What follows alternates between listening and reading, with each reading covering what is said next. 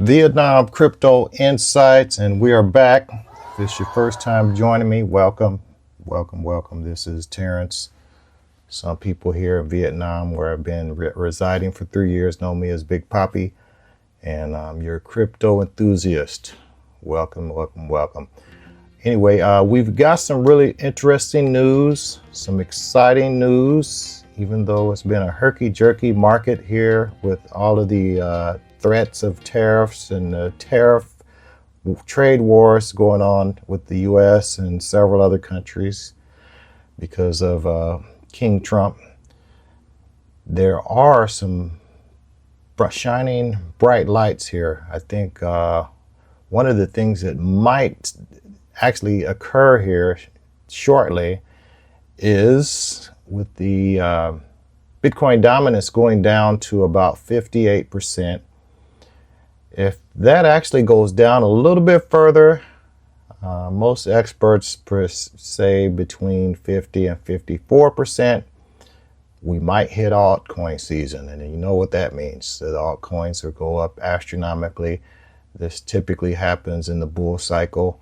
And, and sometimes they'll shoot up 10x, 100x for some of the more riskier ones. And, a lot of money to be made, and we might be approaching that. And something else that might be spurring that activity is the onslaught of ETF filings that we've seen the past couple days.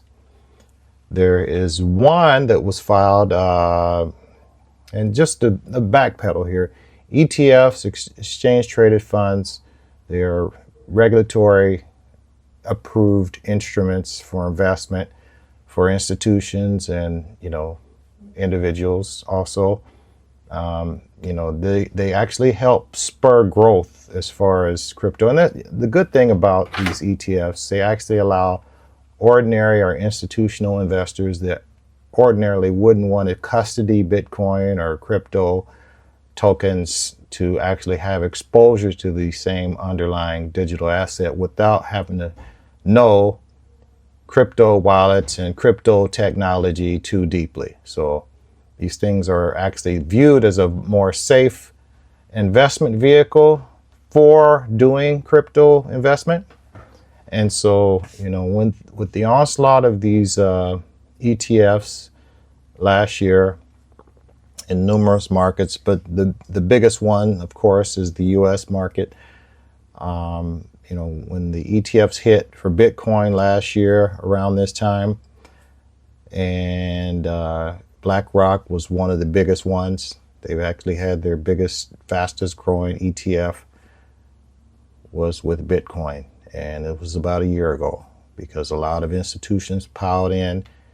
And I think within about 2 months, there was over 600 institutions that had invested via these ETFs vehicles into Bitcoin. And that actually spurred Bitcoin to an astronomical level not seen before, because what happened was the typical bull cycle, whereas Bitcoin reaches its peak toward the end of what would have been this year, it actually reached this peak early and hit several other peaks within the span of about 9 months.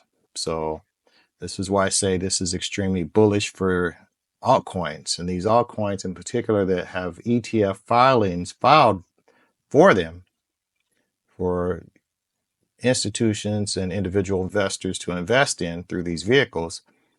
They are going to probably trigger altcoin season now. One of the ones that was just filed yesterday was spot ETF for XRP from Franklin Templeton, and they filed it with the CBOE, and they plan on using Coinbase custody to actually custody the digital assets and ensure their safekeeping. But like I said, the institutions and individual investors, they don't have to worry about the technicalities of that. They can just invest. The fund will charge you a small fee. Like for instance, with the IBIT, which is the BlackRock ETF for Bitcoin. I believe that right now they're charging somewhere between 0.5 and 0.95%. So you do have a small custody and custodial fee, but it actually ensures a lot less hassle for the average person that doesn't know anything about crypto and doing crypto transactions. But Franklin Templeton filed the following day, they filed a Solana ETF application. So, like Franklin Templeton is going all in on crypto, it seems like, with these funds. The other big news with these ETFs, Van Eck registered an avalanche. If you know about the avalanche token, they're one of the big blockchains as well, top 20. They've actually, Van Eck is seriously into crypto as well. The New York headquartered company, Van Eck, they just filed March 10th. They registered for an avalanche ETF in the U.S. state of Delaware. So that is another big altcoin news that's got an ETF coming out. Then also there is one of my other favorites here is movementlabs, which movementlabs has actually launched their mainnet beta here the past couple days. They actually have also, Rex Osprey has filed for a ETF for movementlabs. And movementlabs, like I said, is one of my favorites. They have a interesting blockchain. They actually are layer 2, but they use the Move language, and they utilize the Move and movement virtual machine, and they use the Ethereum virtual machine. So they have a very dynamic system, blockchain setup, and it's I think it's going to be one of the bigger ones. The other piece of news that I think is really bullish for these altcoins is the XRP. Ripple has went and got registered and approved with the Dubai Financial Services Authority to provide regulated crypto payments and services in the Dubai International Financial Center. And, as anybody that's been following crypto news for the past couple of years, they know that Ripple has been in heavy litigation with the US SEC. This is a major step because Dubai is seen as a huge crypto hub. But Ripple has over 60 regulatory approvals now worldwide. And also, there's word out that the SEC in the US is finally going to be ending its case against Ripple and XRP. So this is actually going to be huge news for XRP.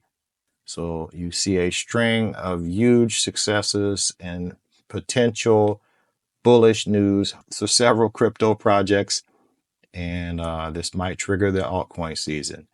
And with that said, I'm going to keep it short and sweet. I've got to get out of here, and I'll keep you guys updated. And make sure that you spread the news about our crypto channel. Like, share, comment. Let me know your thoughts. Is the altcoin season here? Are we going to see some more pain? Are we going to see the Bitcoin dominance spike before we see the altcoin season? Let me know what you think. Anyway, keep it coffee and crypto, and I'll talk to you soon.